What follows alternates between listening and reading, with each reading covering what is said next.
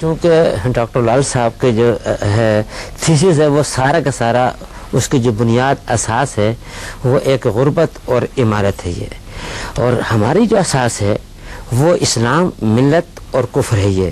اس میں کفر جو ہے وہ مختلف انداز میں، مختلف زمانوں کے اندر، مختلف حالات میں، مختلف شکل لے کر وہ سامنے آ جاتا ہے، یہ حالات کے مطابق وہ ڈھال لیتا ہے اپنے آپ کو، لیکن بہرحال اسلام کی اپنی جو اساسی تعلیمات وہ حالات کے مطابق ڈھلتی نہیں ہے۔ لیکن ان کا کہنا یہ ہے نا کہ غربت کے خاتمے کے لیے لڑائی نہیں اسلام تو کہتا نہیں غربت، اسلام تو کہتا ہے نظام کی دونوں چیزیں نا، اسلام سوشلزم کو بھی اکوموڈیٹ کرتا ہے when it comes to justice، Islam capitalism کو بھی اکوموڈیٹ کرتا ہے when it comes to free private property and private rights، ٹھیک ہے ان دنوں میں، لیکن injustice in both the sense اس کو اب جو آپ اسٹالینسٹ رجیم کو دیکھ لیں that is not Islamic، آپ اگر capitalist practices of the 19th century Britain دیکھ لیں یا آج کل جیسے کیپٹلزم شکل اختیار کر چکا ہے، it is increasingly less Islamic، ٹھیک ہے اس میں جو ایلیمنٹ آف جسٹس ہے، انصاف، وہ اس کو اسلام جو ہے وہ انڈورس کرتا ہے۔ جو چیز علماء انٹرسٹڈ میں نہیں ہے کہ وہ کہ صرف ورلڈ کو اکنامک لینز سے دیکھا جائے، اس میں واقعی انٹرسٹڈ نہیں ہے، اینڈ تھینکفلی سو۔ یہ جو علماء کا کام ہے نا جس کا بالکل صحیح حوالہ دیا ہے، وہ سارا پہلے ایک بات کی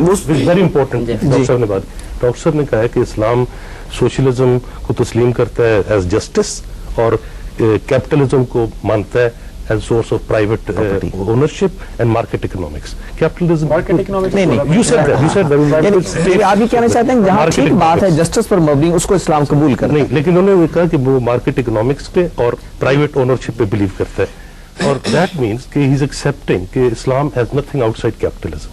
ہم یہاں کیا ڈسکس کر رہے ہیں کہ آج ورلڈ کرائسس کیا ہے کیپٹلزم کا، لیکن انہوں نے کہا سوشلزم کو بھی قبول کرتا ہے۔ سوشلزم اور کیپٹلزم جو ہے یہ دونوں کے دونوں متضاد نظریات ہیں جو ہمیشہ ٹکراتے ہیں ایک دوسرے کے ساتھ۔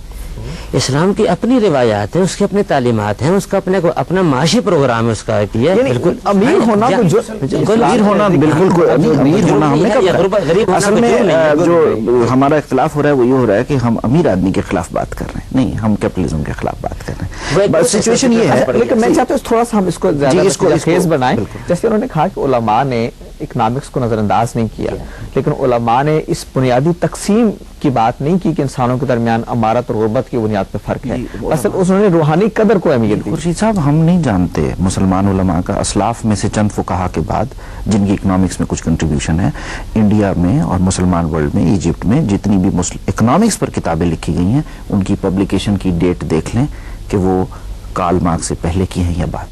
اکنامکس کے اوپر ہماری کوئی کنٹریبیوشن ماڈرن ٹائمز میں نہیں ہے۔ ہم نے سیاست پر لکھا ہے، ہم نے بادشاہوں کے حق میں کتابیں لکھی ہیں، ہم نے بادشاہوں کے خلاف کتابیں لکھی ہیں، لیکن جو اکنامک ایشو ہے، مثلا ہمارے یہاں سلیوری کے خلاف کوئی کتاب نہیں لکھی گئی، ہمارے یہاں غربت کو ریموو کرنے کی کوئی سالڈ پروپوزل پاورٹی ایریڈیکیشن کی انڈین علماء کی ہسٹری میں نہیں نظر آتی۔ اس علماء کرام نے معاشی اعتبار سے اسلام کے پیغام کو تحریر میں لائے ہیں، اتنا کوئی اور نہیں لائے، لیکن فرق یہ ہوا یا اصل وجہ بنی کہ وہ سارا عربی کے اندر ہے، اور چونکہ ہمارا تعلق عربی کے ساتھ نہیں ہے اس لیے وہ ہم اس کو عوام تک نہیں واقف ہو سکے، لیکن جس قدر معاشی اعتبار سے اسلامی پس منظر کے اندر جتنی کتابیں عربی کے اندر ہیں اتنی کسی اور زبان کے اندر نہیں، لیکن چونکہ معاشی اعتبار سے انگریزی سے کتابیں، اور ہم اسلام کو سمجھنا چاہتے ہیں مغرب کے ذریعے سے، اسلام کو سمجھنا چاہتے ہیں یورپ کے ذریعے سے، اسلام کو اسلامی تعلیمات کے حوالے سے ہم سمجھنا نہیں چاہتے۔ کیا امارت اور غربت کے وجود کو آپ تسلیم کرتے ہیں؟ کیا آپ اس کو تسلیم کرتے ہیں؟ اسلام میں تقسیم یہ ہے۔ مولانا ہم آپ سے تفصیلی جواب لینا چاہیں گے۔ ڈاکٹر صاحب آپ کا وہ جو اسپیسیفک سوال آپ جو رکھنا چاہ رہے ہیں وہ کیا ہے جو مولانا سے پوچھنا چاہ رہے ہیں؟ اسپیسیفک سوال یہ ہے جو ڈاکٹر صاحب سے میں سمجھاؤں کہ کیپٹلزم اور free market economics corner stone ہے اسلامک اکنامک فلسفی کا یا اسلامک اکنامک سسٹم کا یا پالیسی کا۔ میں یہ کہنا چاہتا ہوں کہ کیا آپ ایک ایسے معاشرے کو تسلیم کرتے ہیں کہ جہاں امارت اور غربت موجود ہو، جہاں مختلف طبقات ہوں، جہاں انسانی محنت کا استحصال ہو، اور اگر وہ نہیں ہو سکتا تو صرف سوشلزم کے بغیر؟ اصل میں اسلام جو ہے، میں نے جیسے عرض کیا پہلے، یہ اپنا ایک جداگانہ رنگ رکھتا ہے، اس کے اندر غریب ہونا کوئی جرم نہیں، اس کے اندر سرمایہ دار ہونا کوئی قابل فخر بات نہیں ہے، اصل چیز یہ ہے کہ انسانیت جو ہے اس کو فلاح بہبود کس طرح ہو، اصل چیز یہ ہے۔ اگر عمرہ طبقہ جو ہے نا وہ اس غربا کے تمام ضروریات کو پورا کر رہا ہے تو قابل تعریف بات ہے یہ، لیکن ان کے ہاں وہ قابل تعریف بات نہیں ہے. غریب ہونا جرم نہیں ہے، لیکن وہ معاشرہ جو کسی انسان کو غریب بناتا ہے وہ ایک مجرم معاشرہ ہے. وہ اسلام نہیں بناتا، وہ اسلام کی تعلیمات پر عمل نہ کرنا بنا رہا ہے. میں کیپٹلزم کہہ رہا ہوں، کیپٹلزم بناتا اس کو. میں تو ریلیجن ڈسکس اگر ہم ایک پوائنٹ ہے اسپیشلی ڈسکسنگ برٹن، کہ برٹن میں جو ایشینز ہیں، جو مسلمز ہیں، کشمیری ہیں، پاکستانی، ان کا ایک رول ہے وہاں کی ٹریڈ یونینز میں. لیبر پارٹی کے کتنے ممبر پارلیمنٹ ہیں، ہاؤس آف لارڈز میں ابھی ایک ممبر پارلیمنٹ ہے، کتنے کونسلرز ہیں، اور ان کے اصل مسائل کیا ہیں.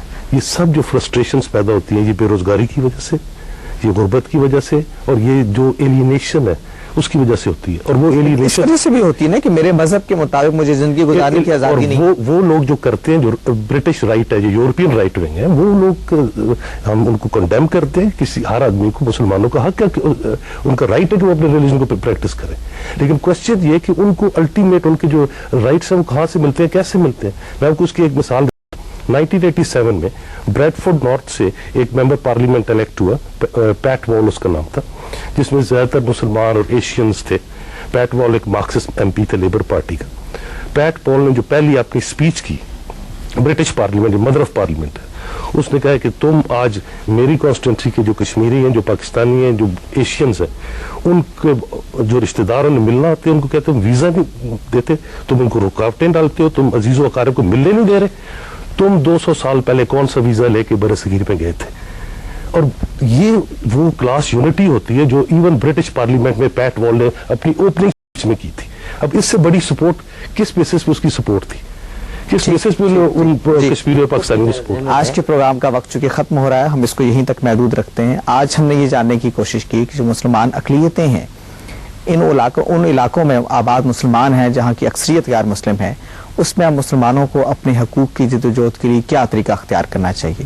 ایک خیال یہ ہے کہ اپنی مذہبی تشخص اور شناخت کو مضبوط بناتے ہوئے آگے بڑھنا چاہیے، اور ایک خیال یہ ہے کہ ہمیں اس تقسیم کے بارے میں ری ڈیفائنس کو کرنا چاہیے، اور اس کو مذہب کی بنیاد پر اگر ہم تقسیم کریں گے تو ہمارے مسئلے حل نہیں ہوں گے، بلکہ اس کو ہمیں ایک اور اینگل سے دیکھنے کی ضرورت ہے، اور دنیا کے دیگر طبقات کو بھی جو ہم جیسے مسائل میں مبتلا ہیں اپنے ساتھ ملا کے ایک نئی عالمی تقسیم کی بنیاد رکھنی چاہیے. یہ کوئی حتمی بات ظاہر ہے کہ نہیں ہے. یہ سلسلہ گفتگو انشاءاللہ جاری رہے گا. میں بہت شکر گزار ہوں آج کے پروگرام کی شرکاء کا، جناب ڈاکٹر سرفراز نعیمی صاحب، جناب ڈاکٹر لال خان صاحب، جناب ڈاکٹر اعجاز اکرم صاحب اور نادر عقیل انصاری صاحب. آپ تشریف لائے اور ہم نے اس مسئلے کو سمجھنے کی کوشش کی. پروگرام کا وقت ختم ہو رہا ہے، اجازت چاہتا ہوں. اللہ حافظ.